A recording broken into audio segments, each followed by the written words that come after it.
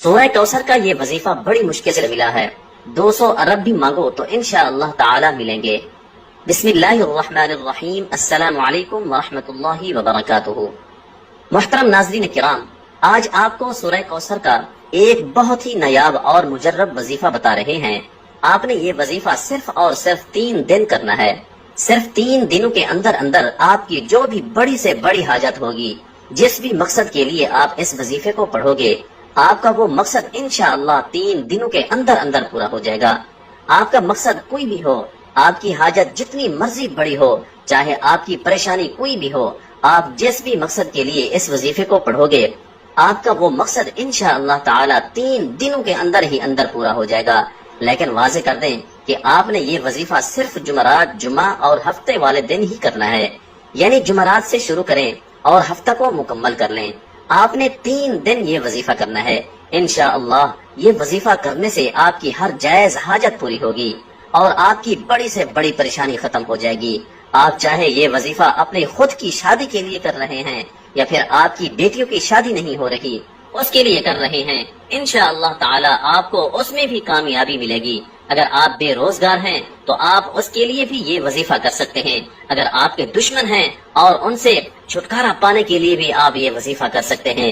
اگر کسی سے محبت کرتے ہیں اور اس سے شادی ہی کرنا چاہتے ہیں اور اس کے دل میں آپ اپنی محبت پیدا کرنا چاہتے ہیں تو اس کے لیے بھی آپ یہ وظیفہ کر سکتے ہیں۔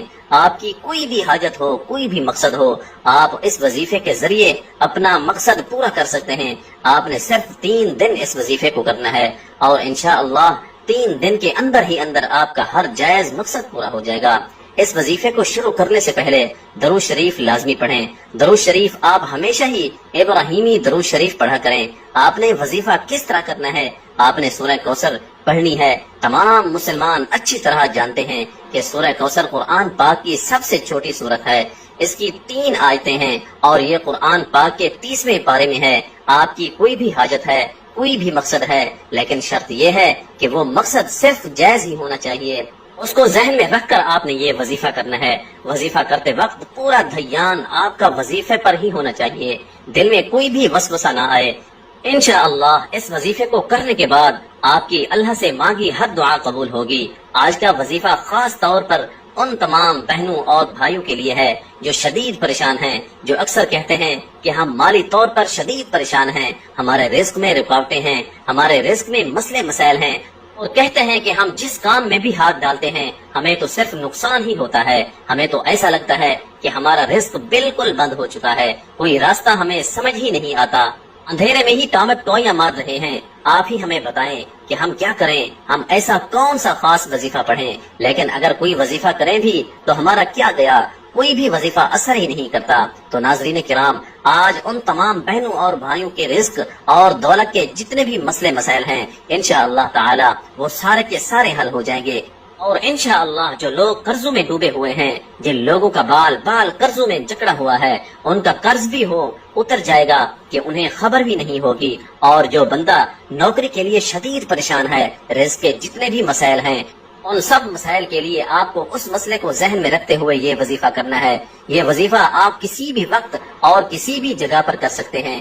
بے شک آپ اسے چلتے پھرتے کر لیں یا پھر جہاں بھی آپ موجود ہوں، کچن میں موجود ہوں، چارپائی پر ہوں، سفر میں ہوں، یا گھر میں کوئی کام کر رہے ہوں، باہر کسی پارک میں چہل قدمی کر رہے ہوں، یا پھر کھیتوں میں کام کر رہے ہوں، آپ بآسانی اس وظیفے کو کر سکتے ہیں۔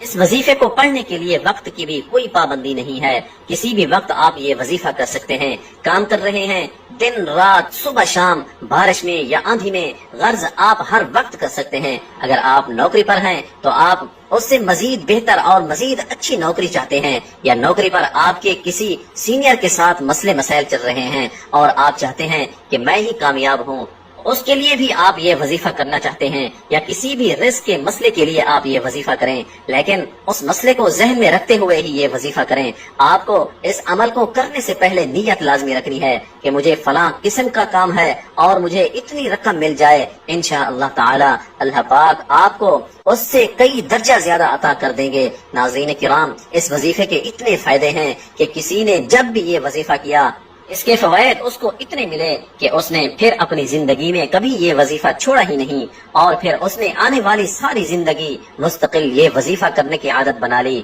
اور اب بھی وہ ان 3 دن لازمی یہ عمل کرتے ہیں۔ جب آپ لوگ سب سے پہلے یہ وظیفہ کرنے لگیں تو کوشش کریں کہ اس وقت بھی باوضو ہو جائیں۔ وضو کرنے کے بعد اگر آپ لوگ گھر میں موجود ہیں تو سکون سے ایک جگہ بیٹھ جائیں۔ کبھی بھی جلد بازی میں آپ لوگ کوئی بھی عمل یا وظیفہ بالکل بھی نہ کرنا، بلکہ مکمل سکون اور اطمینان سے آپ لوگ کہیں بیٹھ جائیں۔ سب سے پہلے 7 مرتبہ درود پاک پڑھ لیں، لیکن یاد رکھیں کہ درود شریف آپ ہمیشہ ابراہیمی درود ہی پڑھا کریں، اور درود ابراہیمی تو دنیا کے ہر مسلمان کو آنا چاہیے، کیونکہ درود ابراہیمی کے بغیر تو نماز بھی اللہ تعالیٰ کی بارگاہ میں قبول نہیں ہوتی۔